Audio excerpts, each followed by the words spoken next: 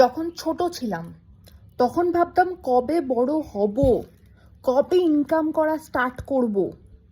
বড় হয়ে গেলে যা ইচ্ছা তাই করতে পারবো, যা ইচ্ছা তাই কিনতে পারবো, যা ইচ্ছা তাই খেতে পারবো, বারণ করার কেউ থাকবে না।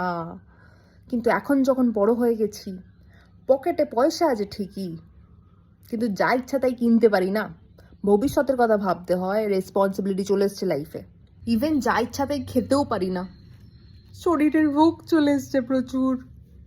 ডাক্তারবাবু বলেছে নুন খাওয়া যাবে না, চিনি খাওয়া যাবে না, তেল খাওয়া যাবে না, বাইরের জিনিস খাওয়া যাবে না। সেই কারণে এখন শুধু আমি জল আর হাওয়া খেয়ে চালাচ্ছি।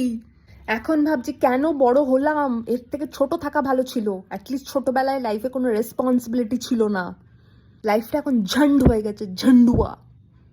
এখন আমি ভগবানের কাছে প্রার্থনা করছি, কাজ যদি আমার ছোটবেলাটা ফিরে পেতাম।